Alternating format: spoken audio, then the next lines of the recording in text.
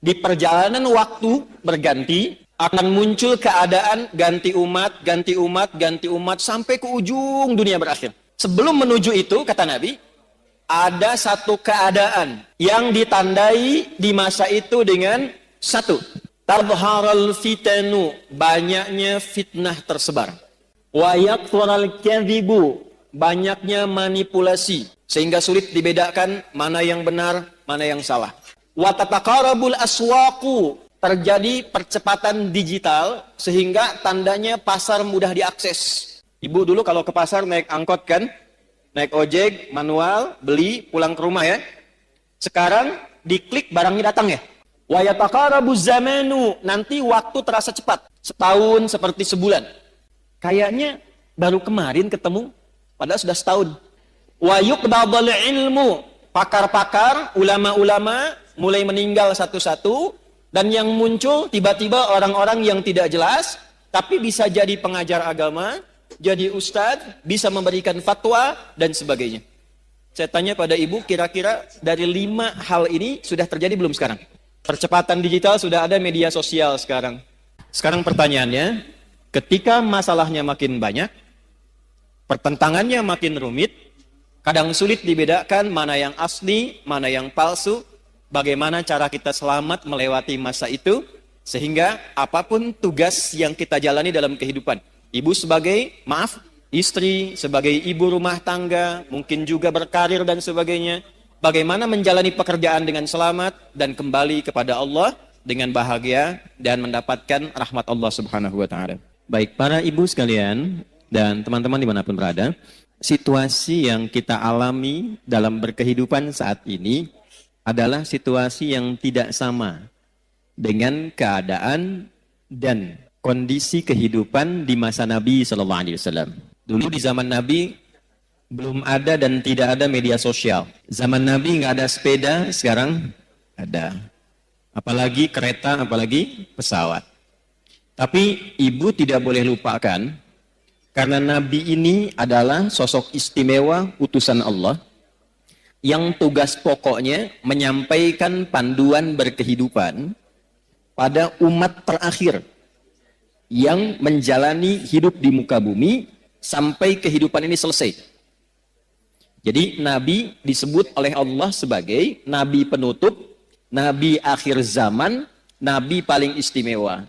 Kita yang ikut Nabi juga masuk status umatnya sebagai umat akhir zaman. Karena nabinya akhir zaman, umatnya pun umat akhir. Jadi ibu ini manusia akhir zaman ini. Sama dengan saya, gitu ya.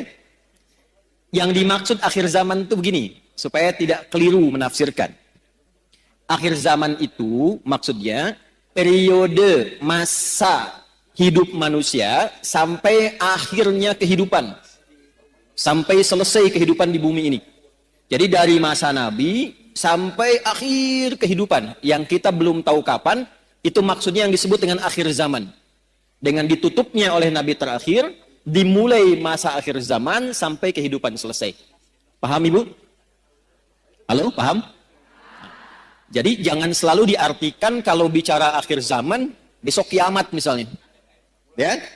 Nah, akhir zaman itu dari mulai Nabi diutus sampai terjadi kiamat. Itu akhir, puncaknya terjadi apa? Kiamat. Nah, yang penting bagi kita belajar itu, ini yang jarang dikupas, jarang dibahas. Nabi itu karena tugasnya oleh Allah ditetapkan sebagai penjelas, pembimbing, penerang, maka di antara yang beliau jelaskan itu bukan hanya hukum fikih, tentang cara sholat, cara kita baca Al-Quran, cara zakat, umrah, haji, puasa, tapi juga beliau dituntun, dibimbing oleh Allah untuk menerangkan keadaan di setiap perpindahan zaman sampai akhirnya. Misal, Nabi pernah komen begini dalam sabdanya. Kalau beliau sudah komen, kita langsung subscribe aja ya, sama like, gak usah ikut komen lagi. Khairul qarni, era terbaik itu kata Nabi, eraku. Kemudian era setelahku, sahabat. Kemudian era setelah itu, tabi'in. Jadi ada era Nabi, era sahabat, era tabi'in, kemudian yang dekat ke tabi'in. Semakin berganti eranya, akan semakin banyak masalahnya. Ada satu kalimat Nabi, nanti yang akan jadi ukuran kira-kira kita itu hidup di era yang bagaimana situasinya. Nanti kalau sudah paham, oh saya hidup ini di era yang seperti ini. Bagaimana cara menjalani kehidupan di era itu supaya selamat hidupnya di dunia dan selamat juga saat kita kembali ke akhirat kelak. Nah sekarang saya bacakan dulu satu hadis. Nanti menurut ibu kira-kira kita sudah berada di era itu atau belum? Karena di zaman Nabi itu belum terjadi. Ya, paham? Nah, kalau sudah paham, mari kita tutup kajian kita. Tenang ya Bu ya. Yuk kita bacakan hadisnya pelan-pelan. Qala Rasulullah sallallahu alaihi wasallam. Untuk menyingkat saya langsung sanadnya kepada Rasulullah sallallahu alaihi wasallam. Yushiku alla taquma as-sa'atu hatta tadhhara al-fitanu wa yakthura al-kadhibu wa yuqbada al-ilmu wa tataqarabu al-aswaqu wa yakthura al-kadhibu. Paham? Tidak. Nanti di perjalanan waktu berganti akan muncul keadaan ganti umat, ganti umat, ganti umat sampai ke ujung dunia berakhir. Sebelum menuju itu, kata Nabi, ada satu keadaan, kondisi yang ditandai di masa itu dengan satu, tadharal fitanu, banyaknya fitnah tersebar. Wa yakthurul kadhibu, banyaknya manipulasi sehingga sulit dibedakan mana yang benar, mana yang salah. Sedikit-dikit ada masalah. Pertentangannya makin banyak. Wa tataqarabul aswaqu, terjadi percepatan digital sehingga tandanya pasar mudah diakses. Ibu dulu kalau ke pasar naik angkot kan, naik ojek, manual, beli, pulang ke rumah ya. Sekarang diklik barangnya datang ya. Baik. Wa yataqarabu zamanu, nanti waktu terasa cepat. Setahun seperti sebulan. Sebulan seperti sepekan. Sepekan seperti sehari. Sehari seperti sekilatan. Kayaknya baru kemarin ketemu, padahal sudah setahun. Ya, terjadi sekarang. Wa yuqbadul ilmu, pakar-pakar, ulama-ulama mulai meninggal satu-satu, dan yang muncul tiba-tiba orang-orang yang tidak jelas, tapi bisa jadi pengajar agama, jadi ustadz, bisa memberikan fatwa, dan sebagainya. Saya tanya pada ibu, kira-kira dari 5 hal ini sudah terjadi belum sekarang? Percepatan digital sudah ada, media sosial sekarang. Kalau ibu dulu curhatnya sambil masak, sekarang mau masak sudah bikin status. Teman-teman kira-kira menu apa ya yang cocok untuk hari ini? Nah, ya? Nah ternyata ketika era itu muncul, masalahnya makin banyak. Jadi penipuannya sekarang bukan hanya offline, bisa jadi online. Saya itu seumur hidup belum pernah mengisi kajian tentang garam, Bu. Tapi tiba-tiba saya lihat video ada tentang garam ruqyah. Videonya adalah saya, suaranya seperti saya, ya, dan video yang diambil itu video yang menerangkan tentang bersih-bersih, mandi besar. Kemudian dicuplik videonya, diganti frekuensi suaranya menjadi dagang garam ruqyah. Anda bayangkan? Pernah lihat? Berarti sudah terjadi belum eranya?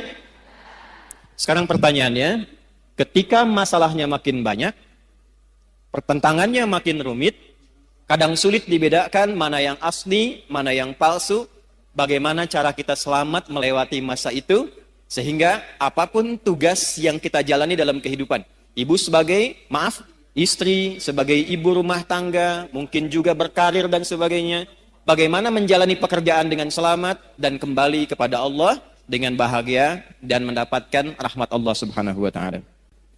Jangan dulu amin, kita bahas dulu ya. Saya nggak akan tanya ibu kelihatan apa enggak ya. Kelihatan? Belum. Emang belum saya tulis bisa kelihatan. Ya, 1, kita kasih dalilnya dulu ya, supaya nanti ada landasan di Al-Qur'annya bagaimana, di hadisnya seperti apa. Judulnya Panduan Selamat Dunia Akhirat berdasarkan petunjuk Al-Quran dan Sunnah Nabi SAW. Satu, Al-Quran, surah ketiga Ali Imran, ayat 102. Saya kotaki, mohon maaf. Ini nanti di antara ayat yang tiap pekan oleh Nabi disampaikan dalam kesempatan khutbah Jumat. Para suami, para ayah, lelaki itu dikumpulkan di masjid untuk membawa isi ayat ini supaya pesannya disampaikan ke rumah. Jadi penting saya sampaikan pada para laki-laki yang Jumatan, ini bukan kalimat formal untuk membuka hanya sekedar khutbah, bukan. Tapi pesannya bawa ke rumah, jaga istrinya, jaga anaknya, jaga keluarganya dengan isi ayat ini. Dua, kita lanjutkan ke hadisnya. Turunan dari ini ditemukan di hadis riwayat Muslim, Imam Muslim, nomor hadis yang ke-8. Periwayatnya sahabat Umar bin Khattab radhiyallahu taala anhu. Dah? Ini punya cabang 5. 1, 2, 3, 4, 5. Cabang yang pertama, dalil Qur'annya surah ke-47 ayat 19. Turunannya surah paling favorit di muka bumi, Quran surah ke-112 Al-Ikhlas. Hadisnya, karena ini kajian ibu-ibu, kita ambil ibunda kita Sayyidah Aisyah. Hadis riwayat Sayyidah Aisyah radhiyallahu taala anha, didokumentasikan oleh Imam Al-Bukhari dalam kitab sahihnya nomor hadis 7375. Riwayat yang kedua dari sahabat Abu Sa'id Al-Khudri.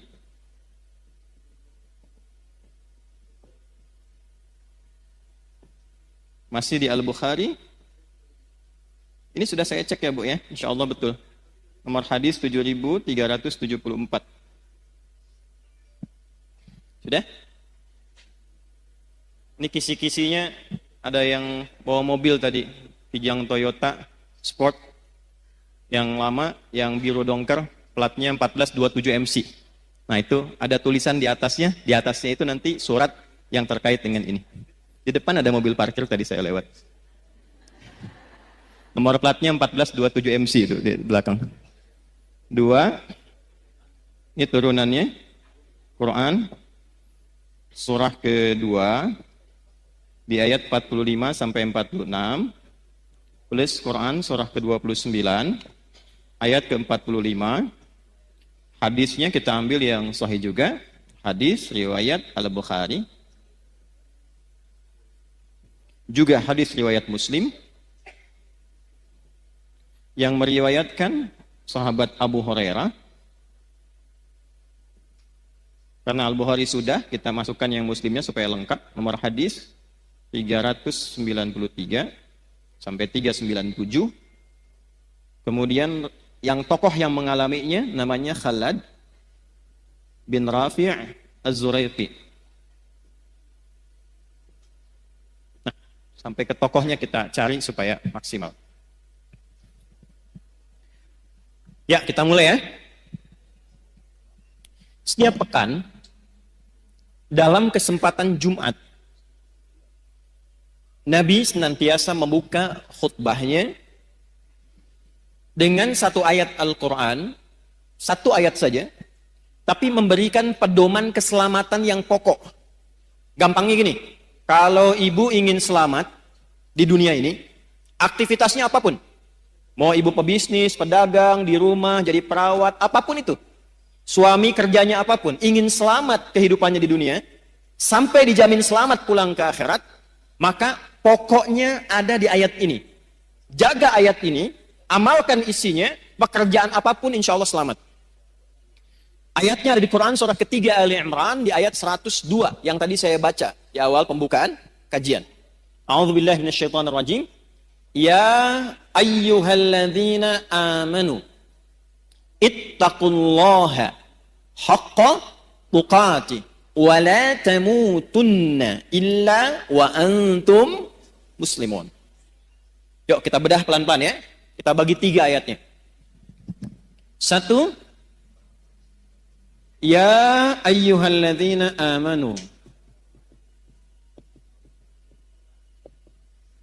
2, ittaqullaha haqqa tuqatih.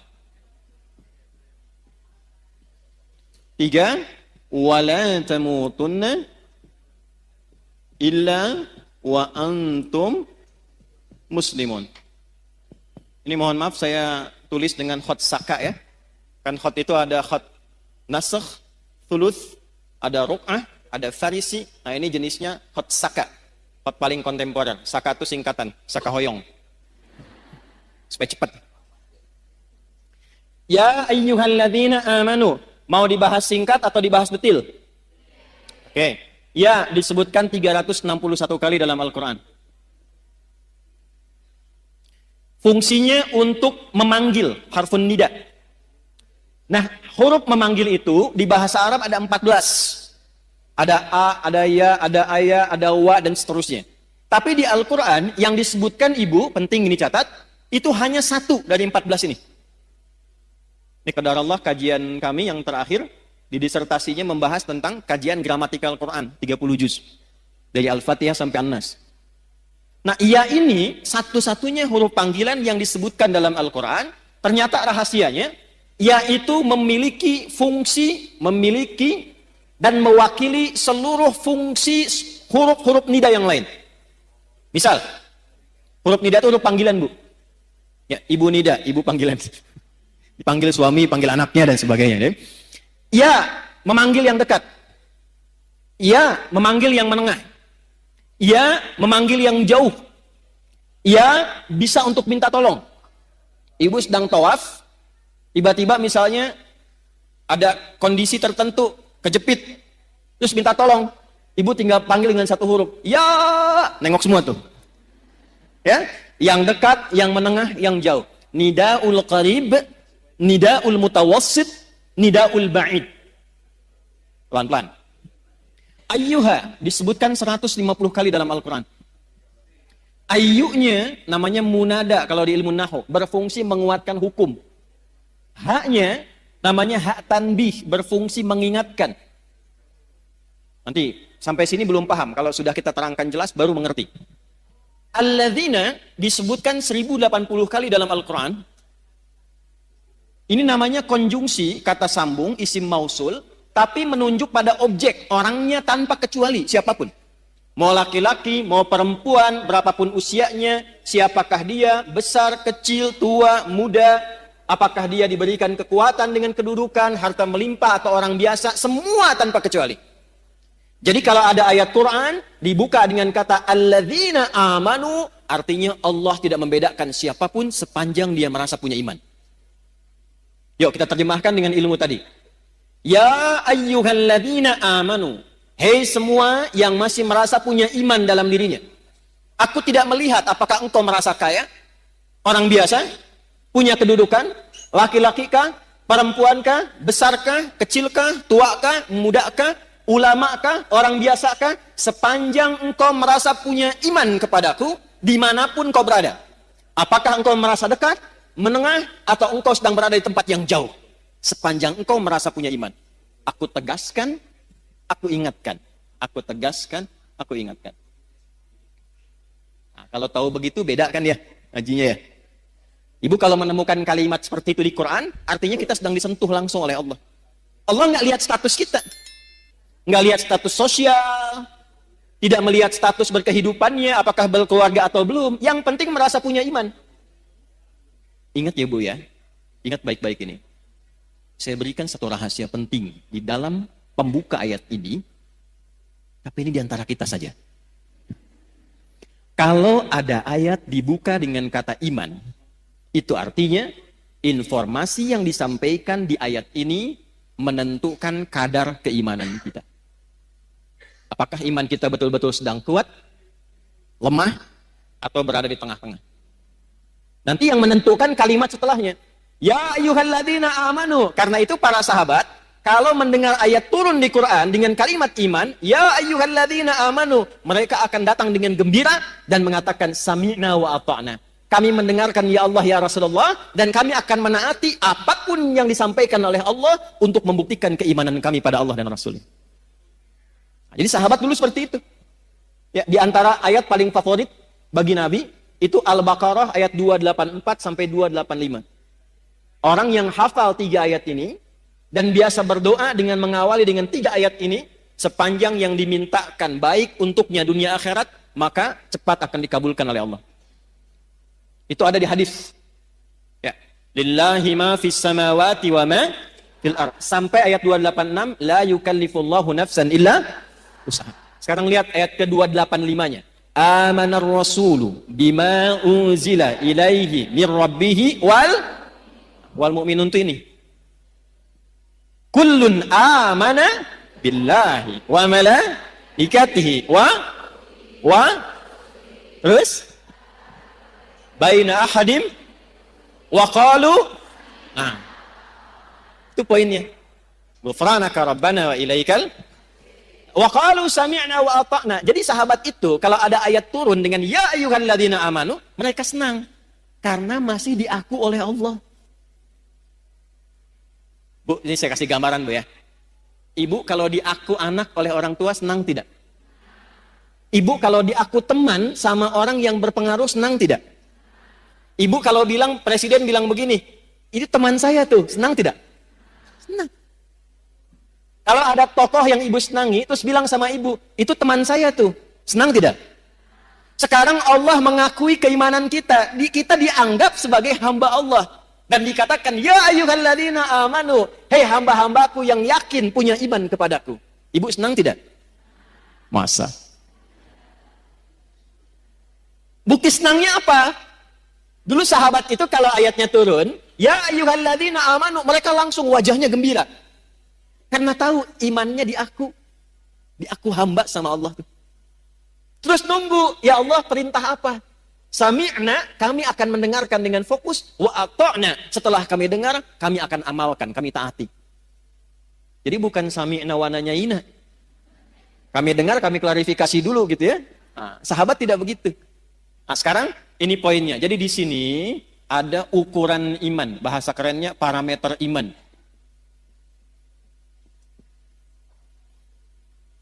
Rumus pertama, kita belajar rumus. Kalau ibu ingin mengukur keadaan imannya, ingin tahu nih, sedang kuat, biasa-biasa, atau sedang lemah. Ibu keluarkan semua ayat di Quran yang ada kata iman di awalnya. Lalu lihat setelah itu informasinya. Kalau ibu sudah mengamalkan informasi itu dengan semangat, artinya imannya sedang kuat. Contoh, kalimat iman pertama di Al-Quran ada di Al-Baqarah ayat 3. Alladzina yu'minuna bil ghaib. Kalimat iman pertama. Setelah itu, wa yuqimunas. Nah, orang-orang yang imannya itu cenderung bagus kepada Allah, pakai yu'minun, cenderung bagus, naik, bisa dilihat dengan semangatnya menunaikan sholat dengan baik. Maka menunaikan sholat itu ukuran iman. Bila ibu sholatnya semangat, itu tandanya imannya kuat. Tapi kalau sholatnya biasa-biasa saja, imannya standar. Kalau malas-malas, imannya lemah. Misal, di An-Nisa ayat 103. فَإِذَا قَضَيْتُمُ الصَّلَاةَ فَاذْكُرُوا اللَّهَ قِيَامًا وَقُعُودًا وَعَلَى جُنُوبِكُمْ فَإِذَا اطْمَأْنَنْتُمْ فَأَقِيمُوا الصَّلَاةَ إِنَّ الصَّلَاةَ كَانَتْ عَلَى الْمُؤْمِنِينَ كِتَابًا مَوْقُوتًا. Saya baca terjemahannya pakai ilmunya. Secara singkatnya begini, di ujungnya. Orang beriman itu pasti menjaga dan mengetahui waktu sholat. Jadi ada orang yang saking kuatnya iman, bukan hanya nunggu panggilan sholat, Bu. Waktu sholat pun dia hafal. Tuh. Subuh jam berapa tadi? Nggak usah lihat ke sini. Jam berapa? 4? 4.17, 4.20, 18. Terjadi perbedaan pendapat tentang waktu sholat subuh. Gak apa-apa, ini menunjukkan ibu berada dari daerah yang berbeda-beda. Ya. Kiara Condong, Kiara Condong. Soreang? Soreang ya. Alhamdulillah. Karawang? Ada, Masya Allah. Bekasi? Baik ya. Bekasi memang agak jauh dikit.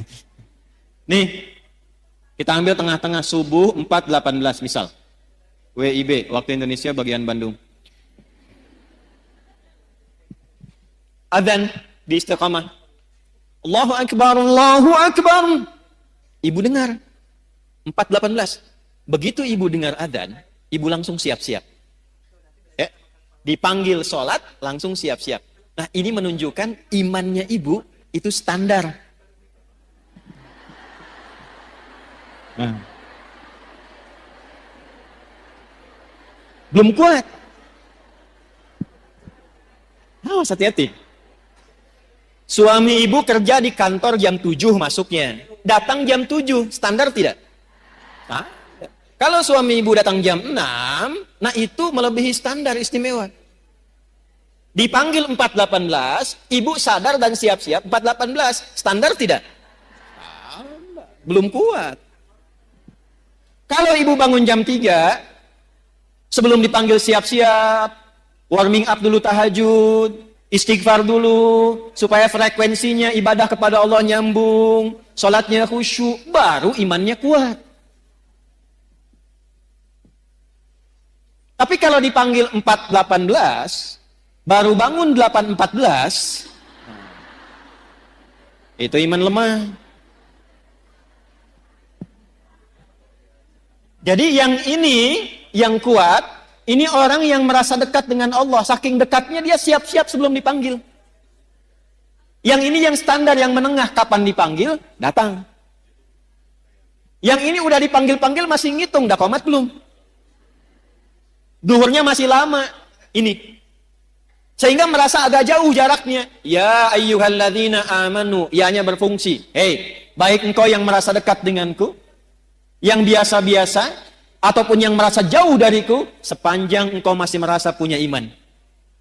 Aku tetap mengakui engkau sebagai seorang hamba, amalkan amalan ini, kalau diamalkan yang imannya lemah bisa kuat, yang biasa-biasa bisa semakin dekat dengan Allah, dan yang sudah dekat akan menjadi kualitas iman yang istimewa. Jelas sampai sini? Jadi kalau ibu menemukan kalimat di Quran, ya ayyuhalladzina amanu, setelah itu ada kalimat, ada informasi, amalkan isinya, karena isi ayat itu sejatinya ingin mendidik kita supaya membangun hubungan lebih kuat dengan Allah Subhanahu wa taala. Itu maksudnya. 2. Ini saya kotaki. Ibu tanya, bagaimana cara saya meningkatkan iman ya Allah? Saya ingin naik standar dari yang biasa-biasa, naik ke iman yang lebih kuat. Saya ingin iman saya yang terlihat sekarang lemah, sehingga rapuh, ada masalah juga, sering pesimis, ada tekanan cepat jatuh. Saya ingin menguatkan diri saya supaya lebih dekat denganmu ya Allah. Bagaimana caranya? Maka Al-Quran tidak berhenti dengan hanya menyampaikan informasi, tingkatkan imanmu. Diteruskan dengan panduan, kalau engkau ingin meningkatkan imanmu, ingin membangun kedekatan lebih dengan Allah, maka caranya, ittaqullaha haqqa. Nih. Ini rumus selamatnya yang ini, Bu. Tingkatkan takwa. Ini rumus selamat dunia akhirat.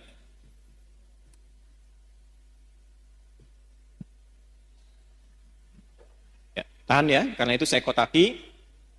Tingkatkan apa? Pelan-pelan.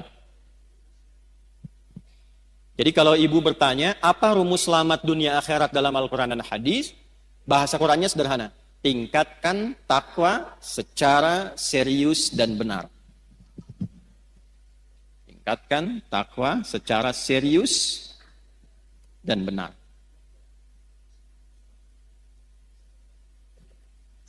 Pelan-pelan. Mohon izin saya turunkan sedikit volumenya supaya lebih bisa didengar dengan baik. Tadi kalau agak keras itu agak semangat ya.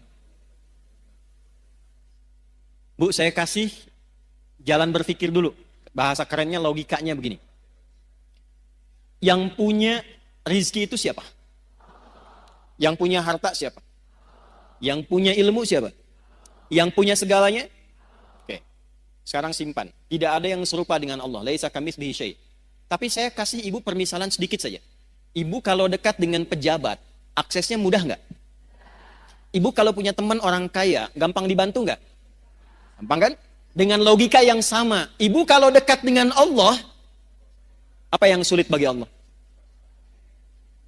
Nah, ini jarang dipakai, Bu. Ada persoalan, kenapa tidak dikembalikan ke Allah? Ingin sesuatu, kenapa tidak meminta ke Allah? Yang kita butuhkan sekarang itu bukan materinya, bukan kedudukannya. Yang membuat bahagia itu seringkali bukan karena materi berlimpah, bukan. Yang sejatinya membuat kita lebih bahagia itu ada ketenangan dalam jiwa. Makanya di rumah tangga, sakinah itu didahulukan sebelum mawaddah. Sakinah, mawaddah, dan rahmah. Mawaddah itu, Bu, pemberian ungkapan cinta yang diberikan dengan pemberian fisik, materi.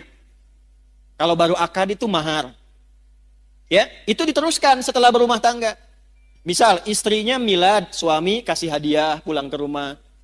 Mama, selamatnya milad, semoga berkah. Ya, nggak usah tiup-tiup lilin mah, ini aja aku punya hadiah nih. Gelang 2 kilo misalnya kan. Nah, misal gitu.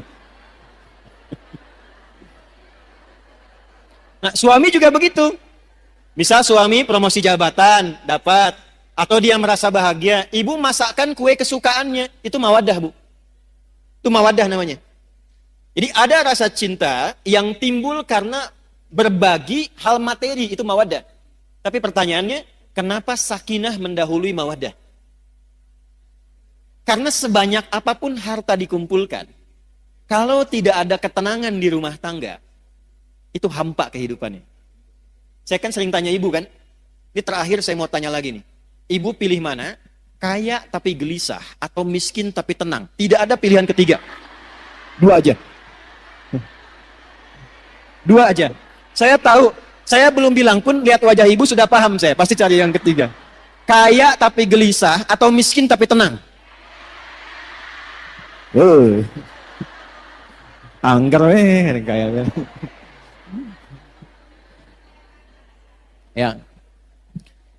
Jadi ada rumus dalam psikologi, jika terjebak pada dilema di antara 2 cinta, pilih yang ketiga katanya tuh. Dah sini. Nah, yang melahirkan ketenangan, yang membuka akses, itu dalam Al-Quran kuncinya sederhana, takwa. Contoh, buka Quran surah ke-65 misalnya, surah tentang rumah tangga. Di akhir ayat kedua, di awal ayat ketiga.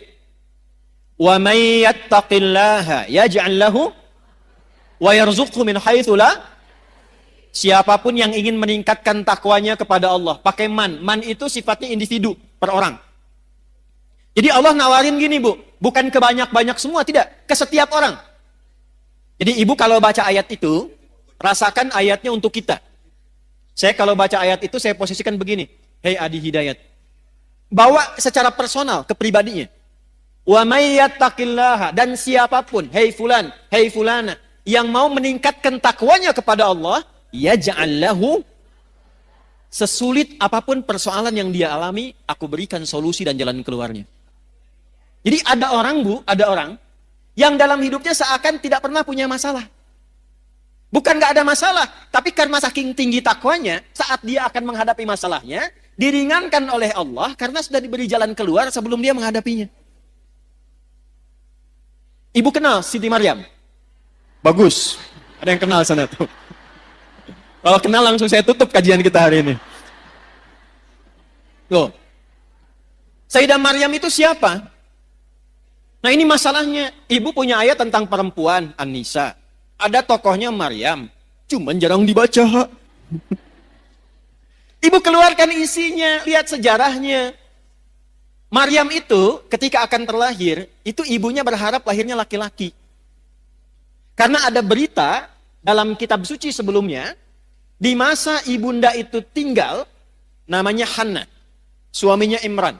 Ada tanda-tanda akan lahir dari rahim seorang perempuan terbaik di masa itu, seorang nabi dan rasul. Semua sepakat, Hannah itu orang terbaik, perempuan paling solihah di masanya, suaminya soleh. Kemudian ketika mengandung, berharapnya laki-laki. Imronnya meninggal sebelum lahir anaknya. Begitu lahir, lahirnya perempuan. Ibu pengen laki-laki, keluar tiba-tiba perempuan. Nah, anak ini unik, Bu. Nanti kalau dalam kajian lain fikih rumah tangga, kita akan bahas salah satunya hikmah tentang anak. Kenapa kok bisa pengen laki-laki keluar perempuan? Pengen perempuan lahir, pengen cepat tiba-tiba lambat. Pengen ditunda tiba-tiba lahir lagi. Enggak, itu ada hikmahnya.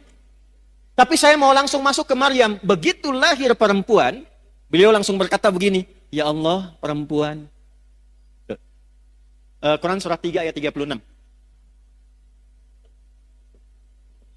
Takwanya ayat 37-nya. Falamma wada'atha qalat rabbi inni wada'tuha untha. Ketika dilahirkan ternyata yang lahir itu perempuan, Hannah berkata begini, ya Allah, perempuan. Saya pengennya laki-laki. Apa jawab Allah? Wallahu a'lamu bima wada'at wa laysa dzakaru kal untha. Allah lebih mengetahui hikmah, rahasia di balik kelahiran setiap anak. Kamu jangan simpulkan perempuan seperti pikiranmu. Perempuan pun punya keistimewaan yang tidak dimiliki laki-laki. Coba ibu sepanjang berkehidupan, pernah menemukan nggak keistimewaan yang dimaksud di ayat ini apa? Ibu tuh istimewa, Bu.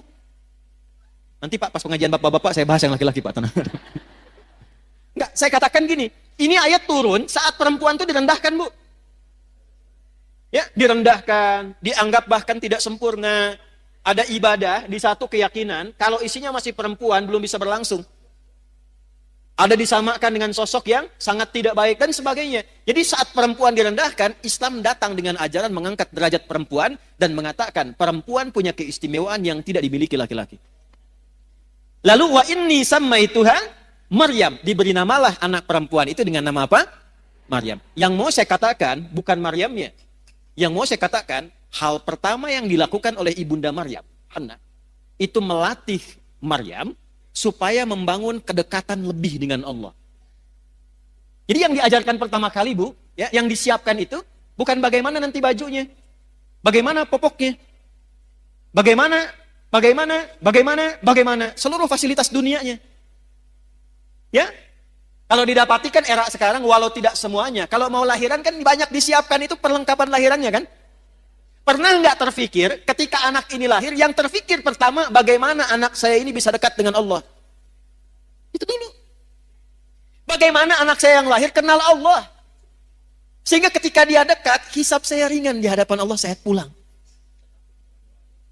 Itu poinnya. Berapa di antara ibu muslimah yang ketika mengandung dan melahirkan memiliki cara berpikir seperti ini? Ketika lahir, yang dia pikirkan bagaimana anak saya bisa kenal dengan Allah. Sekarang ibu lihat apa yang terjadi. Ketika anak ini didekatkan dengan Allah bahkan sejak dalam kandungan. Ayat 35-nya itu sudah didekatkan dengan Allah, Bu, dalam kandungannya. Idh qalat imra'atu Imran rabbi inni nadhartu laka ma fi batni muharraran fataqabbal minni. Ketika istrinya Imran memberikan inspirasi kepada perempuan-perempuan di muka bumi, para muslimah. Ketika beliau mengandung, beliau dekatkan anaknya dengan Allah dan mengatakan, ya Allah, saya bernazar ketika dia lahir, anak ini akan saya dekatkan denganmu. Maka di era Nabi dicontohkan dari kandungan. Sudah berdoa, turun Quran surah 7 ayat 189. Dalam kandungan suami istri mulai berdoa, suaminya cari yang halal, istrinya banyak sholat, banyak baca Quran. Jadi ketika lahir itu sudah ada bekal-bekal awal, supaya kenal Allah. Maka apa yang terjadi? Begitu anaknya lahir, wa inni sammaituha Maryam, diberi nama sesuai harapannya. Nama itu penting, Bu. Misal ibu pengen punya anak yang ahli Quran. Ibu kasih nama misalnya kalau ahlinya itu sampai paham, Ahmad Faqihul Quran misal. Di situ ada doa. Oh, saya pengen anak saya yang kedua dekat dengan Nabi. Ibu beri nama misalnya Amelia Habibatul Mustafa. Aku harapkan anak ini tumbuh jadi kekasihnya Nabi. Dicari ketika lahir, berikan nama sesuai dengan harapan yang ibu inginkan. Maryam, di antara maknanya, di antaranya sosok yang menjaga diri, sehingga dengan penjagaan itu ia selalu dekat dengan Allah. Yang Allah senangi, dikerjakan. Kalau Allah nggak suka, dia tinggalkan. Yang Allah inginkan, dia ikuti. Allah nggak suka, dia jauhi. Itu Maryam namanya.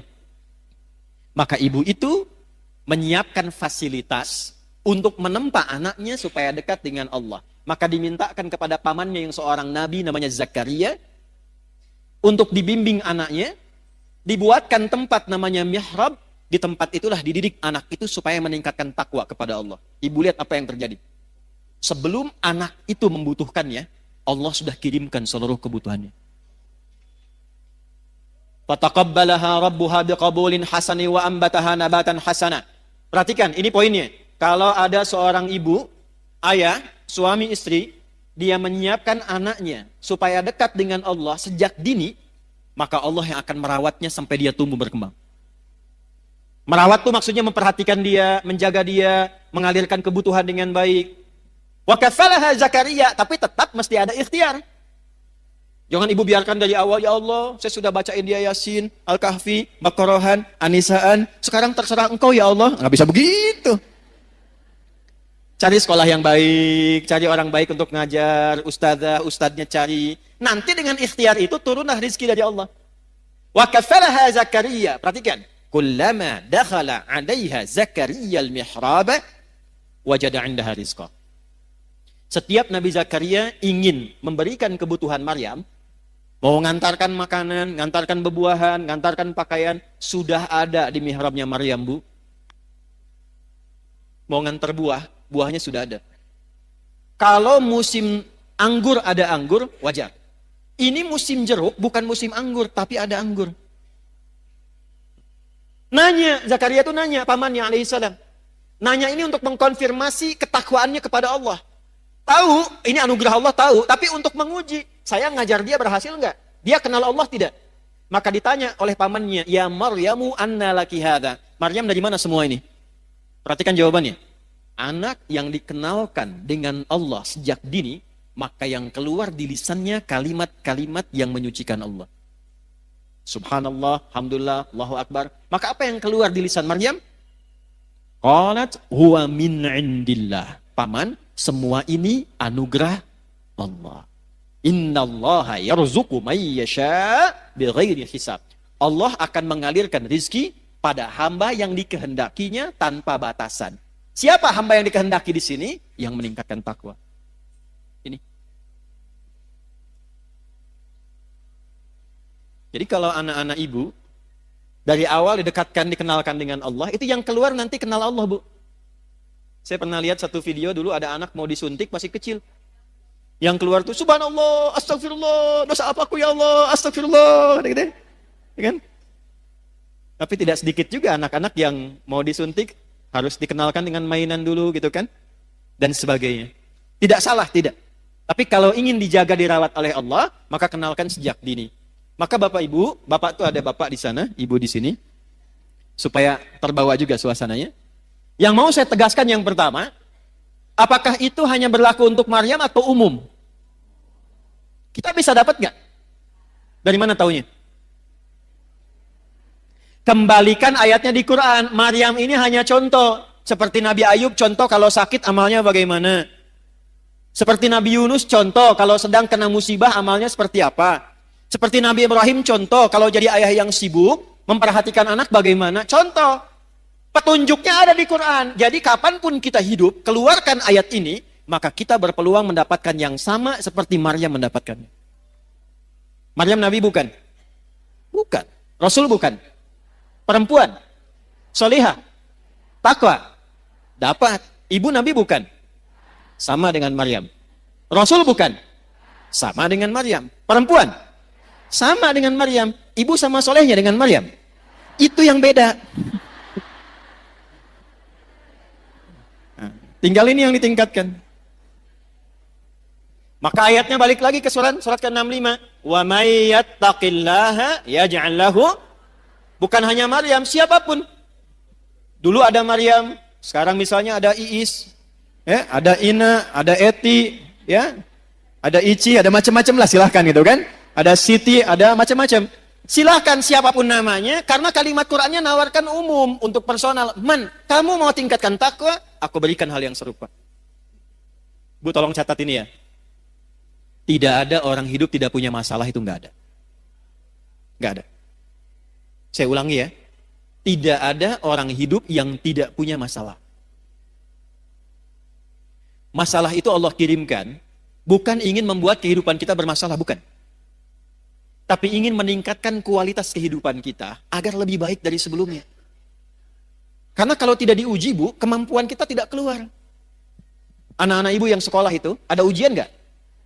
Kalau nggak ada ujian, itu ibu nggak akan tahu anak ibu tuh benar nggak belajarnya. Ilmunya dapat nggak? Untuk menguji bahwa dia sudah dapat ilmu, punya kemampuan baru, mesti ada ujian. Nanti kalau sudah pintar, naik kelas dia, menghadapi masalah yang baru. Dengan logika yang sama, hidup juga begitu. Kalau datang masalah, berbahagialah. Karena ketika Allah kirimkan masalah itu, bukan ingin membuat kita bermasalah, bukan. Tapi supaya kemampuan kita bertambah, dan memudahkan kita mengatasi berbagai macam persoalan kehidupan berikutnya. Cuma kalau ibu ingin cepat mengatasi masalah itu, dibuat gampang oleh Allah. Caranya tingkatkan takwa. Sehingga setiap masalah yang datang, sebelum datang diringankan dulu oleh Allah. Seakan-akan gak ada masalah. Ustadz juga sama, Bu, punya masalah. Serius. Bahkan masalahnya kadang, itu lebih banyak dari ibu. Itu masalah ibu ditanyakan juga ke saya. Nanti ada pertanyaan tuh. Di poinnya ini. Siapa yang mau bahagia angkat tangan? Sudah cukup turun. Ya. Ternyata rumus bahagia bukan harta, bukan kedudukan. Itu banyak public figure, kaya-kaya, menikah, sebulan, 2 bulan, masalah. Ternyata faktornya bukan karena terkenal, bukan karena harta. Yang ingin bahagia, rumusnya takwa. Quran surah kedua di akhir ayat 189.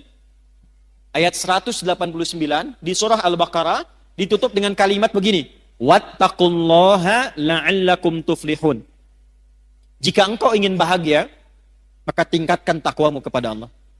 Bertakwalah kepada Allah, maka hidupmu cenderung bahagia. Siapa yang ingin pintar? Ya kan? Yang kepintarannya berkali lipat. Ternyata rumusnya takwa. Ditemukan di mana? Di Quran surah kedua Al-Baqarah di akhir ayat 282. Ayat paling panjang di Al-Quran menyampaikan ilmu yang termasuk rumit tapi ditutup dengan kalimat wattaqullaha wa yu'allimukumullah. Engkau tingkatkan takwamu kepada Allah, Allah tambahkan dan ajarkan pengetahuan-pengetahuan yang mudah. Ini kuncinya.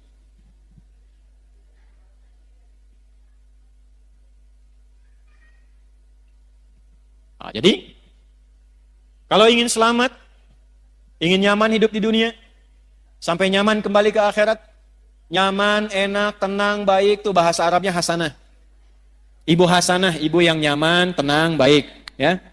Nah, jadi kalau cerewet tinggal bilang, ibu hasanah loh. Gitu. Cerewet pada yang baik boleh. Ya.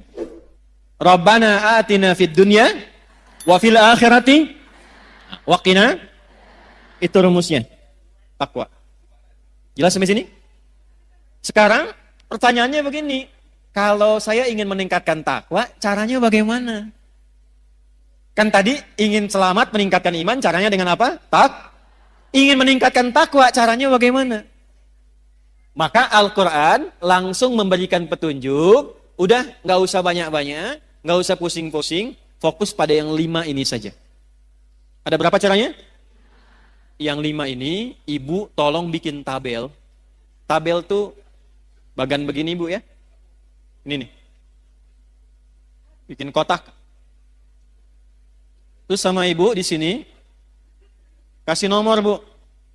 2, 3, 4, 5. 1, 2, 3, 4, 5. Sudah? Ini tuliskan amalnya. Nomor, amal, ini checklistnya. Buat di apa bahasa soreangnya, dicontreng, ya. Nah, gitulah. Lihat sini. Saya ingin meningkatkan iman, caranya dengan takwa. Dengan takwa hidup saya mudah, dengan takwa hidup saya nyaman, dengan takwa insya Allah terjamin selamat dunia akhirat. Bagaimana cara meningkatkan takwa? Bagian ketiga ini. Wala tamutunna illa wa antum. Wawunya pakai ataf. Dan jagalah takwa ini sepanjang engkau hidup, jangan sampai engkau wafat, kecuali engkau menjaga takwa ini. Bagaimana cara menjaganya ya Allah? Wa antum muslimun. Jagalah 5 pokok yang takwa sebagai seorang muslim. Di terjemahan diartikan kecuali engkau menjadi seorang apa? Muslim. Muslim itu artinya orang yang mengamalkan Islam. Saya ulangi. Muslim itu artinya orang yang mengamalkan apa? Ibu senang bahasa Arab gak? Kenapa pelan suaranya? Kalau enggak, jawab aja. Enggak, gitu. Enggak apa-apa, Bu. Enggak harus pelan-pelan. Ya, jawab, Bu ya. Jawab. Kecuali kalau akad nikah diam bisa. Ya, kalau ibu dilamar, anak ibu misalnya ya, dilamar, diam. Itu harus pastikan, Bu. Diam itu tanda setuju. Kalau tidak setuju, jawab. Karena kaidah usul fikihnya mengatakan begini, as-sukutu alamatu heeh. Diam itu tanda setuju. Ya. Nah, kalau pertanyaan begini disampaikan, nah kita tinggal gambarkan saja kecenderungannya kemana untuk diulas. Ibu senang bahasa Arab gak? Gini, kalau ada 4 huruf, misal Islam, maka kalau kita mau bentuk jadi orang, tinggal tambah mu depannya sebelum akhirnya i. Islam orangnya muslim, iman orangnya mukmin, ikhlas orangnya mukhlis, ihsan orangnya rumusnya MUI, MUI, Islam, MUI, Muslim, iman, mukmin, ihsan, baik, ikhlas, jelas ya? Tapi kalau katanya begini, O atau A, tinggal tambah ah di ujungnya, tak. Misal, laki-laki mau jadiin perempuan, tinggal tambahkan tak, ah di ujungnya. Muslim, perempuannya, nah, mukmin, soim. Nah. Dah sini. Sudah. Biar nggak ngantuk. Muslimun, orang-orang Islam. Muslim itu orang yang mengamalkan Islam. Apa itu Islam? Angkat tangan. Apa itu Islam? Ya, Ibu, mangga, Bu. Quran? Berserah diri 100.000. Saya serius. Enggak ya, titip panitia aja ya, kejauhan. Panitia mana panitia, Mas? Ibu itu. Bu, nuyut Bu, awas Bu, kade Bu. Ayo mau tambah, saya naikkan 500.000. Islam itu takwa, baik. Kurang. Ya, Ibu. Ya. Salat, zakat, puasa, haji, baru 4. Syahadat 1 juta ya, 1 juta. Nah, Mas yang itu ya, Ibu itu ya. Nanti belakangan ya Bu ya. Apa? Nggak jadi? Baik. Nah sekarang saya naikkan. Tahu dari mana Ibu jawabannya itu? Udah cukup. Ini udah saya tulis nih. Hadis Muslim, nomor hadis yang ke-8, riwayat Umar bin Khattab. Udah, tahan sini, lihat sini. Fokus. Ya Allah, saya ingin meningkatkan takwa, caranya bagaimana? Kata Allah, kamu jadi orang Islam yang baik. Amalkan ajaran Islam, jaga sampai meninggal. Kalau kamu jaga ajaran ini sampai meninggal, kamu selamat sampai pulang. Kita tanya balik, ya Allah, ajaran Islam yang pokok itu mana saja? Maka dijawablah oleh Nabi, jawaban ini diungkapkan oleh Umar bin Khattab, disampaikan kemudian dirangkum oleh Imam Muslim, dituliskan di kitabnya nomor hadis yang ke-8 sampai ke kita. Apa jawabannya? Ketika Nabi ditanya mal Islam, kata Nabi, 1, antashhada an la ilaha illallah wa anna Muhammadar Rasulullah. Amal pertama syahadat. Syahadatain. Wa tuqimas shalah, salat. Wa tu'tiyaz zakat. Wa tasuma ramadana, ramadan. Wa tahujjal baita in istata'ta ilaihi sabila. Haji atau umrah. Haji atau di sini maksudnya kalau belum mampu untuk haji bisa menunaikan apa? Maka yang didahulukan hajinya. Saya checklist haji. 5. Bu, 5 ini aja jaga sampai meninggal. Insya Allah selamat. Ibu mau dagang? Boleh. Tapi pastikan ibu punya syahadat. Karena ini kuncinya. Ibu mau sekaya apapun, sehebat apapun, suami punya kedudukan apapun, syahadatnya nggak ada, nggak bisa selamat di akhirat, Bu. Nggak percaya nanti lihat deh. Ya, ini bagian pertama. Saya tanya, ibu kenal Firaun? Ayo bilang kenal. Firaun itu kaya tidak? Punya kedudukan tidak? Punya pasukan tidak? Masalah utamanya apa? Syahadat ini. Makanya perjuangan terakhirnya yang dia pengen saat mau ditenggelamkan itu, dia pengen syahadat. Saya sekarang beriman sama Tuhannya Musa dan Harun. Kata Jibril, enak aja. Ya? Karena syahadat yang sudah dipaksakan di tenggorokan dan dipaksakan, hanya ingin, bukan karena ikhlas syahadatnya. Dia menginginkan dengan mengucapkan itu pengen selamat dari terjangan air laut pada masa itu. Maka Jibril melihat, ini bukan ketulusan. Ini kepura-puraan. Maka malaikat diwahyukan, diperintahkan mengambil bagian dari tanah, ya, atau juga dari bagian tanah laut, ya. Kalau kita bahasa Indonesianya apa ya? Kalau kira condong tuh letak tuh apa bahasanya? Lumpur. Nah, ya. Lumpur laut diambil lalu dijejalkan ke mulutnya begini. Masalahnya apa? Yang dia cari syahadatnya. Jadi jangan dikira kekuatan, jangan dikira harta benda, jangan dikira kehebatan yang tampil di dunia itu bisa membawa keselamatan di akhirat, belum tentu. Ini yang pertama. Jadi sekarang ibu lakukan apa? Yang ibu lakukan, keluarkan semua anggota keluarga, tulis siapa aja di sini. 1, 2, 3, 4, 5. Yang ke atas siapa? Yang ke bawah siapa? Yang ke kanan siapa saja? Ke kiri siapa saja? Ayahnya, ibunya, suami, istri, anaknya, sampai ke bawah. Cek. Yang pertama, yang harus dipastikan, ini ada enggak?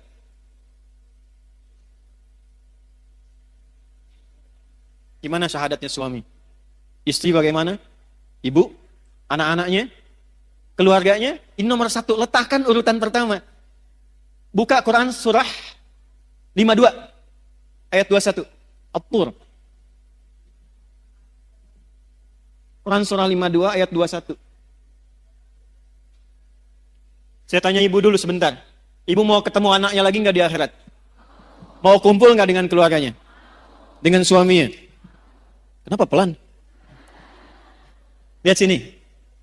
Ternyata yang pertama ditampilkan Quran itu bukan bekal harta, bukan kedudukan. Jadi kalau ibu punya suami, punya anak, punya kedudukan, punya harta banyak, itu tidak menjamin mengumpulkan kembali di akhirat. Walladzina amanu, iman dulu.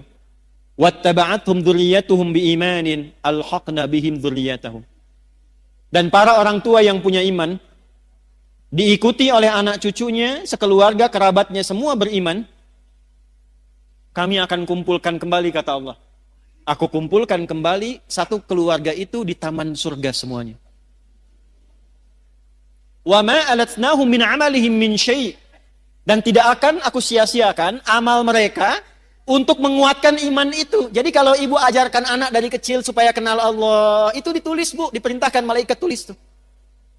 Kadang-kadang mesti menjewer anak supaya dekat dengan Allah, itu ada bekas. Di hari hisab, di antara tanda yang Allah perintahkan pada malaikat, cari pada diri anak, ada nggak bekas pendidikan orang tua kepada anaknya supaya anak kenal Allah?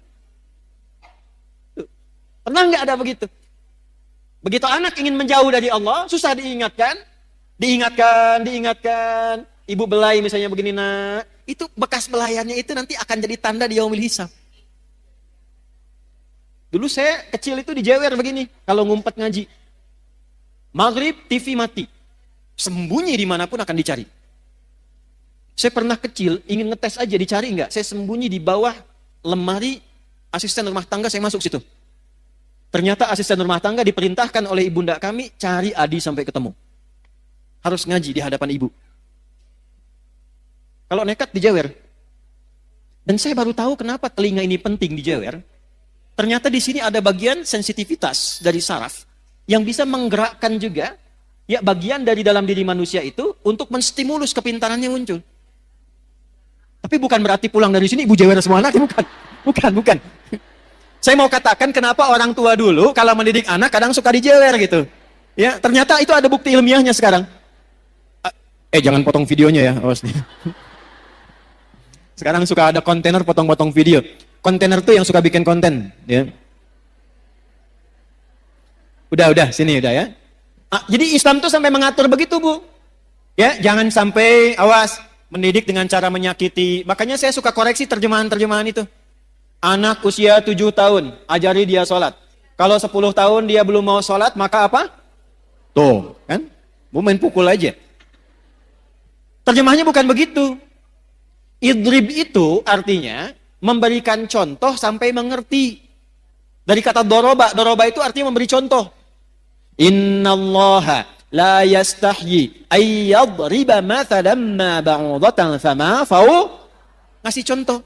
Maksudnya apa? Anak sudah 10 tahun, malas sholat. Ibu berikan contoh kepada dia.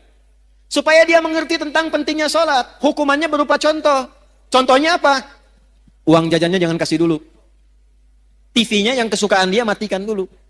Sampai dia ngerti akses menuju itu mesti sholat. Kalau dia tanya, kenapa sih mesti sholat? Nah, sholat itu mendekatkan kita dengan Allah. Ini loh Allah yang ngasih mama TV itu Allah. Yang ngirim uang ke mama itu dari Allah. Yang ngasih kita kenyamanan hidup itu Allah. Cara terima kasih kita sama Allah, sholat. Kamu dikasih sama paman, uang kamu ucapkan terima kasih. Kita dikasih sama Allah berupa banyak kenikmatan ini, cara terima kasihnya sholat. Itu caranya. Sampai dia mengerti. Tidak harus memukul. Kalau di Arab, budayanya memang begitu. Tapi bukan menyakiti. Kadang tepak begini gitu. Itu contohnya. Paham? Satu, Bu. Bagaimana cara menjaga syahadat? Maka cabangnya ini. Quran surah 47 ayat 19. Fa'lam annahu la ilaha fa'lam, maka cepatlah belajar, mesti punya ilmu. Jadi syahadat pun ada apa? Ada ilmu. Izin ya Bu ya. Syahadatnya checklist dulu. Tapi kalau Ibu checklist, menjaganya juga nggak mudah kalau tanpa ilmu. Karena akan tiba masanya, syahadat itu mudah ditukar. Ada bencana bawa sembako, syahadat ditukar dengan sembako. Ada yang ditukar dengan biskuit. Anak ibu hati-hati yang perempuan-perempuan. Tiba eranya tidak mudah. Datang orang, sekarang dengan kalimat aja bisa hilang syahadatmu. Aku mencintaimu asal engkau mau ikut denganku. Nah, bahaya. Terjadi sekarang? Maka butuh ilmu untuk menguatkan syahadat itu. Karena itu kuncinya. Kata Nabi Miftahul Jannah. Kunci surganya itu terletak pada syahadatnya. Jelas? Ilmunya ada di mana? Nih. Gak usah tinggi-tinggi Bu bahasnya ya. Apalagi mohon maaf sekali. Saya sering perhatikan orang awam banyak berdebat di masalah pembahasan akidah yang tidak ada manfaat untuk dirinya. Yang penting itu membuat kita kenal Allah cukup. Gak usah terjebak dalam perdebatan ini bagaimana, itu bagaimana.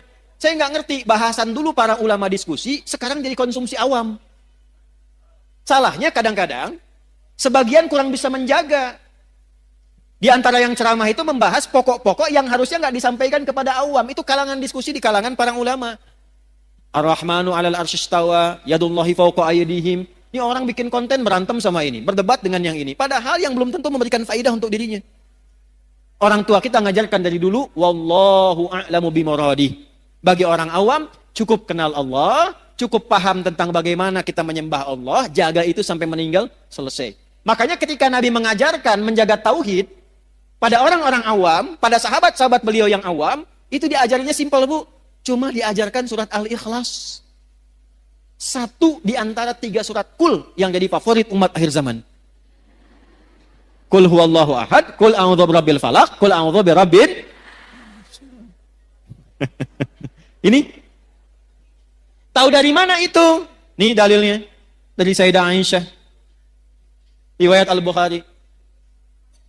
Ada sahabat yang saking dekatnya dengan Allah, kenal Allah, dia hobi sekali baca kulhu. Jadi mainnya kulhu terus Bu. Rakaat kedua. Ya, walaupun rakaat pertama misalnya Al-Duha, Al-Insyirah, Al-A'la, yang keduanya selalu kulhu. Dikomplainlah kemudian. Ya, beberapa sahabat ngomplain itu, kamu kenapa sih main kulhu terus? Baca kulhu terus? Maka disampaikan kepada Nabi, inilah hebatnya Nabi sallallahu alaihi wasallam. Nabi tidak memberikan vonis Tidak langsung memberikan hukum, dipanggil orang ini ditanya, kenapa engkau senang baca kulhu di rakaat kedua? Kata sahabat ini, ya Rasulullah, di dalam kulhu itu ada sifat-sifat Allah yang indah. Saking kenalnya Allah, senang dengan kulhu, karena menemukan di situ kebenaran Allah dan sifatnya yang indah. Saya mencintai Allah, karena itu saya senang baca kulhu, karena di situ ada sifat Allah, saya cinta pada Allah. Maka turunlah berita, sampaikan Muhammad kepada sahabat itu, karena dia cinta Allah, Allah pun mencintainya. Hadisnya sahih. Dan ketika cinta Allah diturunkan, ringan seluruh hidupnya. Ini Bu. Maka latihan, belajar tafsirnya. Qul huwallahu, Allahus, lam yalid walam yakul lahu. Yang disebut Allah itu, kalau jadi Tuhan, standar Tuhan itu nggak boleh sama dengan makhluk. Walam yakul lahu kufuwan, itu gampang sekali. Kalau menetapkan Tuhan, harus beda dengan makhluk, karena ini khalik. Kalau ada satu sifat yang sama, berarti bukan Tuhan. Sepakat? Contoh, manusia melahirkan tidak? Lahirkan. Manusia berpasangan tidak? Manusia punya anak tidak? Manusia itu makhluk atau khalik? Baik, kalau manusia berpasangan, maka Tuhan nggak boleh berpasangan. Kalau ada sifat Tuhan berpasangan, berarti sama dengan makhluk, bukan Tuhan. Manusia melahirkan dan dilahirkan, berketurunan, punya keturunan. Tuhan nggak boleh punya keturunan.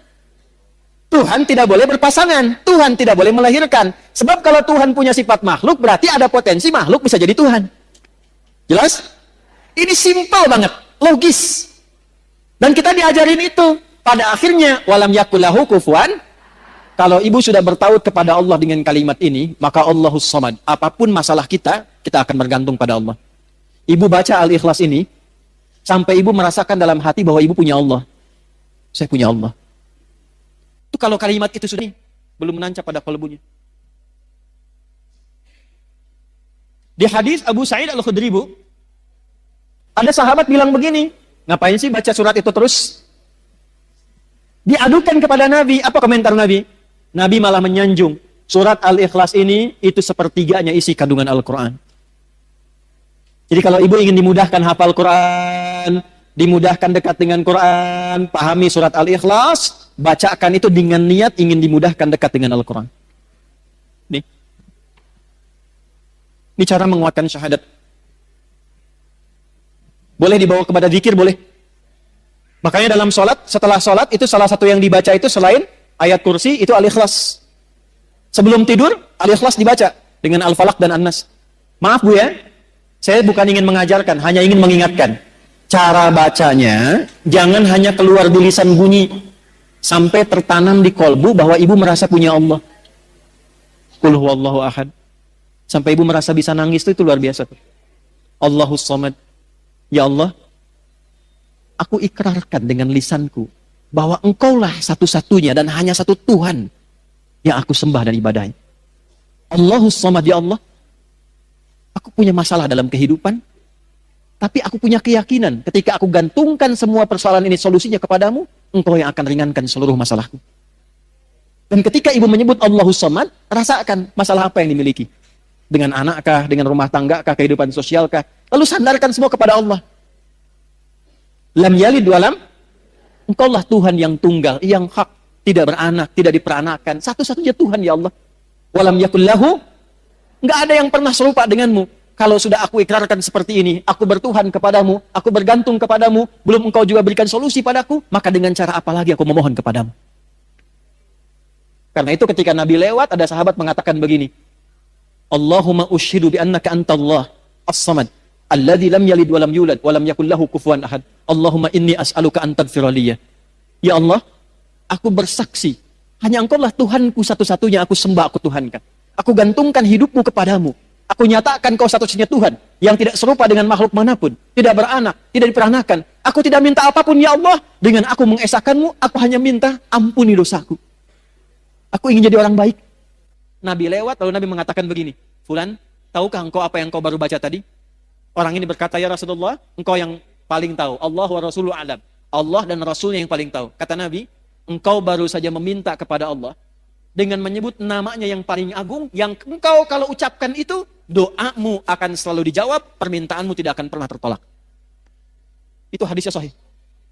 Hadisnya Sahih. Dan Syekh Said Sabiq memasukkan hadis itu dalam pembahasan akidah ketika mengurai Al-Asmaul Husna di kitabnya Al-Aqaid Al-Islamiyah. Jadi kalau orang benar al-ikhlasnya, Bu, ini sampai ke dalam jiwanya, itu doanya mustajab, Bu. Karena dia merasa punya Allah. Nah, ini yang diminta ini udah nyambung belum sama Allah nih? Kadang lisannya kemana, hatinya kemana. Ibu baca subhanallah. Satu kali belum nyambung, wajar. 2 kali belum connect, wajar. 33 kali belum nyambung, ibu mesti baca berapa kali lagi? Bu keluar dari sini ya. Mie ayam, mie ayam, mie ayam, mie ayam, mie ayam, mie ayam, mie ayam. Sampai 33 kali itu. Saya yakin sampai mau tidur, ibu akan ingat mie ayam itu. Nggak percaya silahkan. Mie ayam, mie ayam, mie ayam, mie ayam, mie ayam. 33 kali. Minimal ibu akan cari kan? Ibu tiap hari, Bu, subhanallah, subhanallah, subhanallah. Dari 33 ini, bagian keberapa yang sampai ke dalam hati? 9, 10, 11? Alhamdulillah, alhamdulillah, alhamdulillah. Lisan ibu alhamdulillah, tapi tuntunan nikmat mintanya makin terus banyak. Sudah dikasih sepeda, minta motor. Dikasih motor, minta mobil lagi. Padahal baru alhamdulillah, sepeda saja belum pernah dibawa menunaikan sholat 5 waktu di masjid. Seringnya sepedaan, kadang dibawa sampai ke pulau lain, sepedaan dengan teman yang lain, belum pernah diantarkan jadi saksi di akhirat bahwa dia pernah mengantar orang ini sholat di masjid, pernah ikut pengajian, dan itu akan dihisab. Sepeda belum dipakai ibadah, sudah minta motor. Motor belum dipakai ibadah, sudah minta mobil. Kadang Allah tahan, bukan gak pengen ngasih. Fulan, pakai dulu ibadah supaya hisabmu ringan. Kan kamu baru bilang alhamdulillah tadi. Itu. Allahu Akbar. 33 kali, kali 5 tuh. 165. Dalam sehari. Allahu Akbar, Allahu Akbar, Allahu Akbar. Tapi masih kalah juga. Allahu Akbar, Allahu Akbar. Ayo cek ke masjid, ayo. Diskon, kewe sekedap. Nomor 2. Ini saya tanya serius nih. Ibu kalau ada pas sinetron Korea yang paling ibu senangi. Pas waktunya adzan, ibu tunda dulu sinetronnya. Untuk sholat, atau ibu tahan dulu tetap nonton, nanti sholatnya nomor 2. Ya, alhamdulillah. Checklist ya. Lihat sini. Ini materi itu sebetulnya sederhana, Bu. Cuman kedalamannya ini yang jarang diungkap. Maksud saya, checklist ini, syahadaten, formal, iya. Sampai ke dalam jiwa, cek sudah belum? Latihan tiap hari. Nyambung lagi, cara melatih supaya ketika syahadat saya merasa punya Allah itu bagaimana? Lakukan seperti Nabi bimbing kita. Karena itu ada bagian keduanya.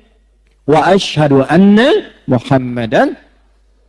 Tanya ke Nabi, ya Rasulullah, gimana cara melatih syahadat? Wa tuqimas shalah. Jaga dalam sholat. Karena itu dalam sholat kita bersyahadat. Waktu tasyahud, syahadat tidak? Sholat dibuka dengan kalimat apa? Ya, kalimatnya apa? Allah. Waktu ibu mengucapkan Allahu Akbar, sudah kenal Allah belum? Tuh. Nih saya cek ya. Kalau sudah takbir baca apa? Iftitahnya bacaannya apa? Allahu Akbar kabira. Alhamdulillah. Subhanallah bukratan. Kemudian? Baik. Selain yang wajah tuh ada lagi yang baca yang lain? Allahumma ba'id baini wa baina kama ba'adta bainal. Stop, saya kasih 2 contoh ini. Pernah nggak mencari bagaimana Nabi pernah mengamalkan doa iftitah itu setelah takbir?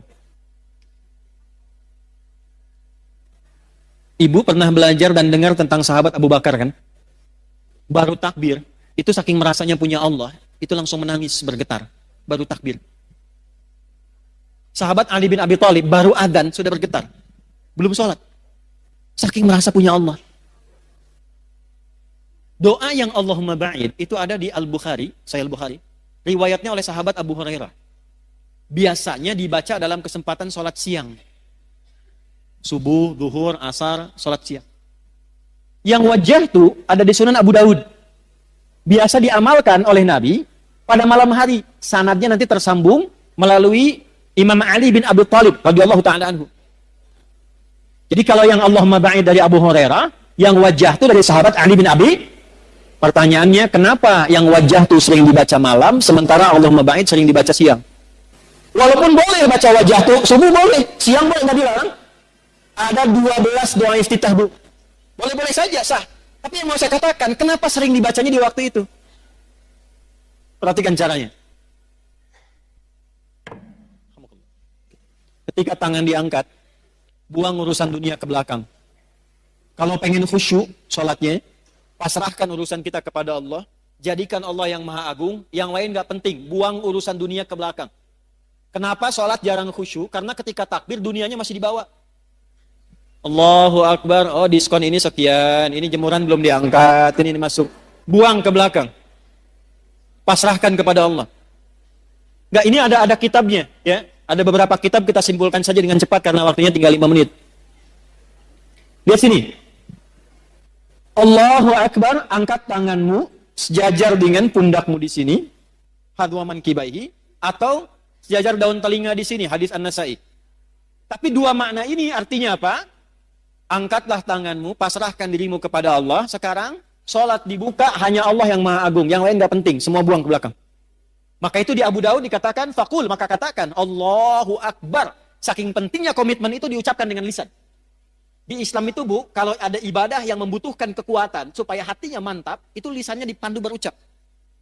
Haji, umrah, itu kenapa sampai lisan mengatakan labaik Allahumma hajjad, labaik Allahumma umrah? Karena ini ibadah penting, hatinya mesti mantap, dibantu oleh lisan, ucapkan, ucapkan. Sama dengan ibu begini, ibu sedang punya masalah, tidak mudah misalnya, itu dipandu oleh Quran, katakan pada hatimu, katakan, inna ma'al usri, itu kalau ibu masih goyah, keluarkan di lisan, pasti ada solusinya, pasti selesai. Enggak mungkin ada masalah yang enggak ada solusinya. Pasti bisa, pasti bisa. Gitu. Kita punya ayatnya, Bu. Sekarang yang pakai orang Jepang. Dulu saya SD, 94-95 itu, di TPI itu ada sore-sore, sekitar jam 5:30, acara Benteng Takeshi. Reporternya, kalau ada mau menaklukkan Benteng Takeshi dengan tank main-mainan, dia akan selalu motivasi mengatakan begini, kamu bisa, kamu bisa, kamu bisa. Sekarang itu dipakai di Korea, di anak-anak TK, itu kalau mau masuk, dia mengatakan begini, harus lebih daripada Jepang, kita bisa, harus lebih daripada Jepang. Jadi kalau Jepang bikin ini, mereka bikin ini. Sekarang mereka dengan percaya diri tinggi maju. Kita punya ayatnya. Gak pakai, oh punya ayat. Oh. Balik ke tadi, angkat tangan, rasakan punya Allah. Nah karena sahabat Abu Bakar ini merasa punya Allah, beliau ini merasa takut kalau sholat pun masih membawa sawah. Makanya ketika siang, kenapa siang baca Allahumma ba'id? Saya tanya pada ibu, dibandingkan dengan malam dan siang, mana di antara dua waktu itu yang banyak kita beraktivitas? Siang atau malam? Hukum mengatakan, semakin banyak beraktivitas, semakin besar potensi salahnya. Lisan yang banyak bicara, akan banyak berpotensi salah dibandingkan yang banyak diam. Mata yang banyak melihat, akan mungkin banyak salah lihat dibandingkan dengan orang yang terpejam. Demikian seterusnya. Maka kenapa dalam siang itu sering dibaca Allahumma ba'id? Karena ibu perhatikan maknanya. Begitu takbir, tangan ditutup begini. Ini ada riwayatnya, Bu. Ada riwayatnya. Kalau saya ulas terlalu panjang, saya langsung ke iftitah saja. Allahumma ba'id baini wa baina khataaya. Ya kecil yang pendek itu penting sekali. Ya kecil yang pendek itu pengakuan. Khotoya jamak dari kata khoti'ah, banyak salahnya. Iya-nya pengakuan. Terjemahnya begini. Ya Allah, aku merendahkan diriku di hadapanmu dalam sholat ini. Dan aku mengakui dalam sholat ini pun aku banyak membawa kesalahan dalam hidup. Tapi aku pun meyakini bahwa engkau memiliki rahmat yang tidak terbatas. Ba'id baini wa baina khataaya kama ba'adta bainal masyriqi wal maghrib. Maka aku mohon dengan limpahan rahmatmu, jauhkan aku sejauh-jauhnya dengan kesalahan-kesalahan yang telah aku perbuat, ya Allah, sebentang engkau jauhkan antara timur dengan barat yang tidak pernah bertemu. Maksudnya, aku tidak mau melihat kesalahanku lagi saat dihisab di hari kiamat nanti. Allahumma naqqini minal khataaya kama yunaqqa thawbul abyaddu minad danas. Ya Allah, kalau kesalahanku ini seperti noda dalam baju, maka dengan rahmatmu jadikan aku bersih kembali dalam menunaikan sholat ini seperti noda dibersihkan dari pakaian. Allahumma ighsilni bil ma'i wa thalji wal barad. Ya Allah, sekotor apapun dosa yang aku bawa dari ujung kepala sampai ujung kaki, mohon hilangkan dengan salat ini seperti pakaian dicuci dengan air yang sangat jernih dan dingin. Jadi ketika takbir, baca Allahumma ba'id, itu sambil tobat, sambil ingat dosamu. Jadi begitu takbir Allahumma ba'id baini wa baina khataayaya, ibu bayangkan saat sholat itu membawa salah apa sebelum sholat? Salah ucap kepada anak, salah sikap kepada suami, salah pikiran, salah tutur kepada kedua orang tua. Bahkan sudah meninggal masih salah sangka. Gak nyangka ya ibu saya dulu begitu, nyangka. Orang yang bilang gak nyangka, sedang nyangka. Maka ketika bertakbir mengucapkan tadi sambil tobat dia. Ini ada sejarahnya bu, asalnya begini sholat itu, irsal. Makanya di mazhab Maliki masih begini. Kenapa kemudian setelah itu dituntun begini sedekap? Karena ada orang datang ke Nabi sebelum waktu sholat, ngaku punya kesalahan. Ya Rasul, saya berbuat salah begini tadi. Saya nggak ingin dihukum di akhirat, pengen diselesaikan di dunia, hukum saya. Tibalah waktu sholat, kata Nabi, kita sholat dulu, nanti habis sholat kita selesaikan. Aukamakal. Begitu sholat, turunlah Quran surah 11, Hud ayat 114.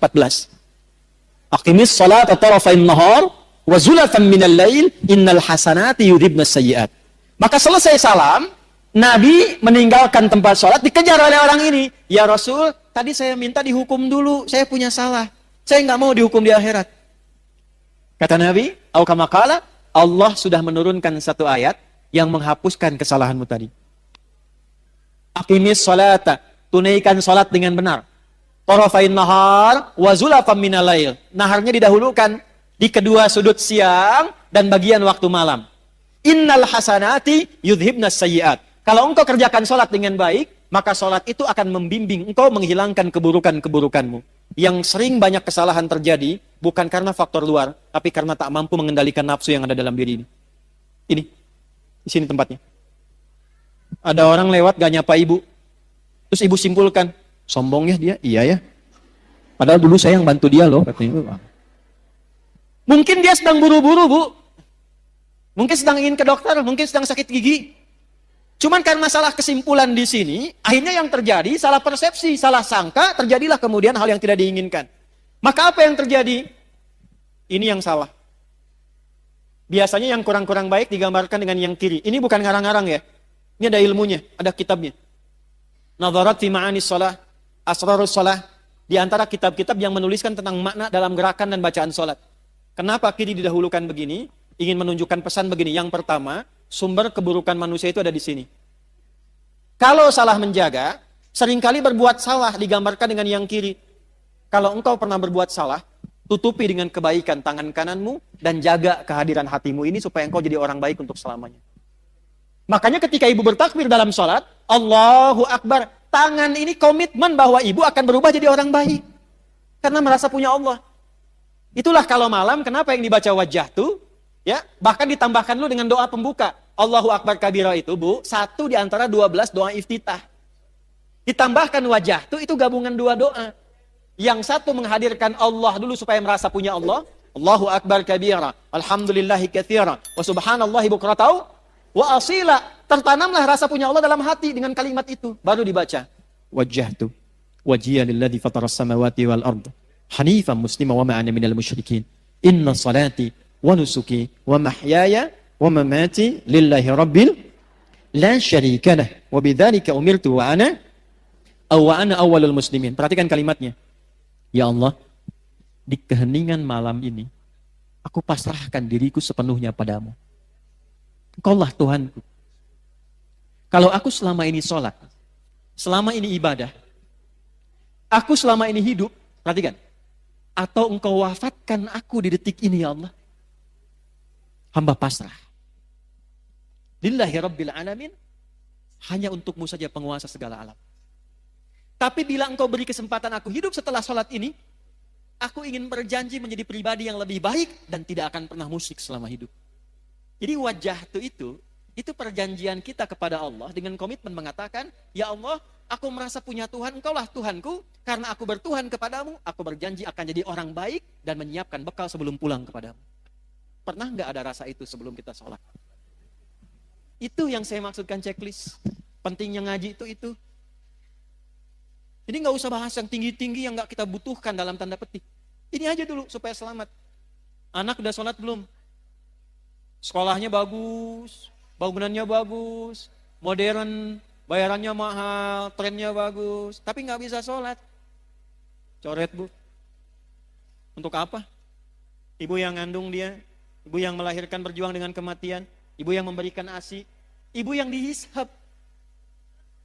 Terus ibu tempatkan anak itu di tempat yang tidak mengenal Tuhan yang memudahkan ibu lahiran. Memudahkan anak itu dalam kandungan.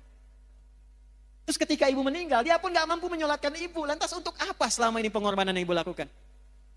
Ini penting saya katakan, karena saya pernah menangani kasus dulu di Jakarta. Awal-awal saya kembali dari Tripoli. Tentang hukum anak meng-hire orang-orang lain untuk menyolatkan kedua orang tua yang meninggal. Karena dia gak tahu cara nyolatkannya bagaimana. Pada sekolah tinggi sampai ke luar negeri. Checklist bu, latihan dari kecil anak-anak. Dari kecil, kenalkan Allah. Zakat, punya cita-cita ya bu ya. Yang penting ibu bisa zakat selama hidup. Nggak harus ibu pikirkan banyaknya. 1000 alhamdulillah, 100 alhamdulillah. Niatkan selama hidup bisa zakat. Usaha. Kalau cuman pengen kaya, yang belum punya iman pun sudah banyak bu yang kaya. Itu bukan persaingan. Beda cara berpikirnya, saya ini dagang supaya saya bisa zakat. Karena saya punya Tuhan, namanya Allah. Saya pengen taatin Allah. Saya pengen bisa infak. Ya Allah beri kemampuan saya untuk zakat. Bulan ini 25 juta aja ya Allah. Zakat itu berapa persen? 2,5%. Jadi kalau ibu minta zakat 25 juta, ibu minta rezeki 1 miliar itu. Zakat.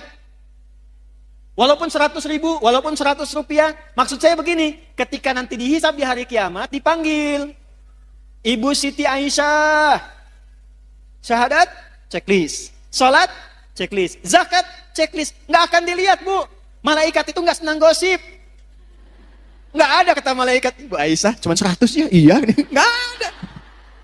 Yang ada itu cuma checklistnya. Zakat, checklist. Nggak akan dilihat berapa banyaknya. Kita pengen saat dipanggil dan disebutkan Iqra kitabak. Kafa binafsikal yauma 'alaika hasiba. Baca kitab hisabmu. Begitu dibaca, saya pernah zakat, alhamdulillah. Puasa aman, karena tanpa modal. Ya kan? Aman. Yang belum aman itu, masuk nggak ke waktu puasanya. Makanya banyak berdoa. Latihan, sekarang latihan puasa ya. Sehari, latihan dulu. Kamis puasa lagi, nanti berhenti dulu. Sya'ban banyakin puasa sunnah. Rajab itu sehari, 2 hari, 3 hari. Ya, nanti Sya'ban tambahin banyak, jangan kebalik. Rajabnya dibanyakin, Sya'ban berhenti. Walaupun tidak salah, tapi kalau konsep Nabi nggak begitu. Kalau Rajab itu misalnya Senin puasa, nanti Kamis puasa lagi. Pekan depannya puasa lagi sehari. Kalau Sya'ban dibanyakin. Senin puasa, Selasa enggak, Rabu puasa, Kamis enggak, gitu kan? Nah, Jumat enggak lagi misal gitu kan? Ya. Nanti Ramadan full. Checklist. Haji, jangan salah baca. Manis tata'a ilaihi. Perhatikan cara menerjemahkannya. Bagi siapa yang ingin mampu berhaji. Terjemahan pertama, yang mampu haji. Terjemahan kedua, yang berusaha mampu haji. Beda atau enggak? Kita hanya dituntut berusaha mampu haji. Maka dari sekarang nabung. Walaupun sebulan 100 rupiah, enggak apa-apa 100 rupiah. Niatnya dituliskan. Dia tidak berhaji selama hidupnya, meninggal dunia sebelum haji. Tapi tabungannya tercatat niat hajinya. Maka ketika dihisab, fulana, dibuka kitabnya. Masya Allah. Usahanya untuk berhaji, niatnya haji mengantarkan dia pada anugerah mabrur di sisi Allah. Sekalipun dia belum berhaji. Niatnya. Jelas? Ini 5 ini bu. Checklist ini aja. Cuman mohon maaf, nanti sab muslimah juga saya kasih arahan ya. Ibu dari pengajian-pengajian, yang 5 ini dalami, perdalam dengan topik pengajian. Jadi kalau pengajian, bikin kurikulum. Supaya terarah ngajinya. Saya kan sering bilang pada ibu begini, ibu perempuan, lahir perempuan, tumbuh perempuan, sekarang pun masih perempuan, meninggal sebagai perempuan. Pernah nggak mengeluarkan ayat-ayat tentang perempuan dalam Al-Quran? Sebagai anak perempuan bagaimana? Sebagai istri perempuan tugasnya apa? Sebagai ibu bagaimana? Kalau jadi nenek seperti apa? Sampai meninggal, pernah nggak dikeluarkan? sampai persiapan meninggalnya. Itu aja dulu. Nanti yang pokok dalami, sholat yang khusyuk bagaimana, jaga syahadat bagaimana, cara supaya kerjanya berkah, dapat harta, bisa dipakai zakat bagaimana. Ya, sebentar. Waktu habis katanya. Ya, kemudian puasa dan cita-citakan haji. Jelas? Saya mau kasih amalan, mau? Insya Allah kalau ini diamalkan, yang 5 ini akan mudah. Amalnya sederhana. Usahakan tiap hari baca Al-Quran. Saya ulangi ya. Usahakan tiap hari baca Al-Quran. Walaupun 1 ayat. Tapi jangan yang 1 ayat 1 huruf. Nun, lumayan. Usahakan ya. Yuk saya ajarkan doa. Ibu boleh rekam, atau yang nggak sempat rekam, ini kan nanti direkam. Sekarang live nggak? Live ya. Nah, nanti bisa potong dari sini doanya. Boleh diikuti juga. Allahumma ja'alni. Ulangi. Allahumma ja'alni ahlal Qur'anil Karim. Waj'alil Qur'ana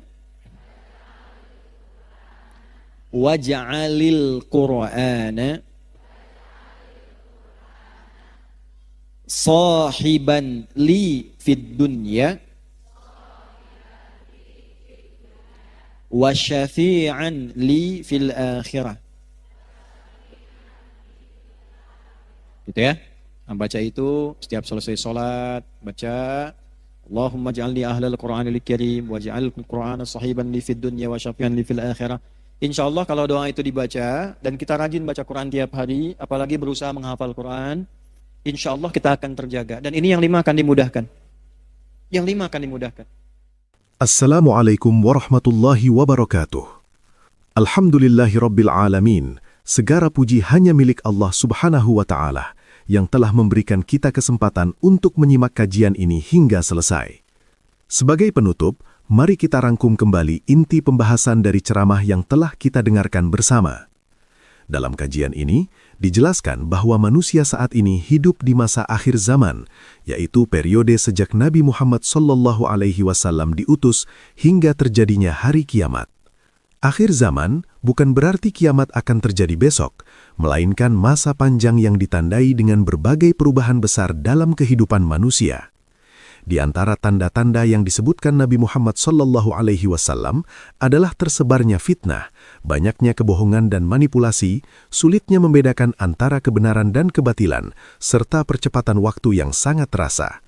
Selain itu, terjadi percepatan digital dan kemudahan akses pasar, sehingga transaksi dan informasi dapat dilakukan dengan sangat cepat. Pada masa ini pula, banyak ulama yang wafat, sementara muncul orang-orang yang tidak memiliki keilmuan yang kuat, namun berani berbicara dan memberi fatwa dalam urusan agama. Melihat kondisi tersebut, muncul pertanyaan penting, yaitu bagaimana cara agar seorang muslim dapat menjalani kehidupan dengan selamat di dunia, apapun perannya dan pekerjaannya, serta kembali kepada Allah Subhanahu wa Ta'ala dalam keadaan baik dan bahagia? Jawaban dari pertanyaan tersebut ditegaskan dalam Al-Quran dan Sunnah Nabi Muhammad SAW, yaitu dengan menjaga iman dan meningkatkan takwa. Takwa dijelaskan sebagai kunci keselamatan dunia dan akhirat. Takwa bukan hanya ucapan, tetapi sikap hidup yang diwujudkan dengan ketaatan kepada Allah dan menjauhi larangannya. Dalam Al-Quran, Allah sering memulai perintah dengan panggilan, "Wahai orang-orang yang beriman." Panggilan ini menunjukkan bahwa Allah mengakui keimanan hambanya tanpa melihat status sosial, harta, jabatan, atau latar belakang. Ayat-ayat yang diawali dengan panggilan iman menjadi ukuran untuk menilai kualitas iman seseorang. Apakah imannya kuat, sedang, atau lemah, tergantung pada sejauh mana perintah setelahnya diamalkan. Salah satu indikator utama iman adalah sholat. Orang yang imannya kuat akan menjaga sholatnya, mengetahui waktunya, dan mempersiapkannya dengan baik.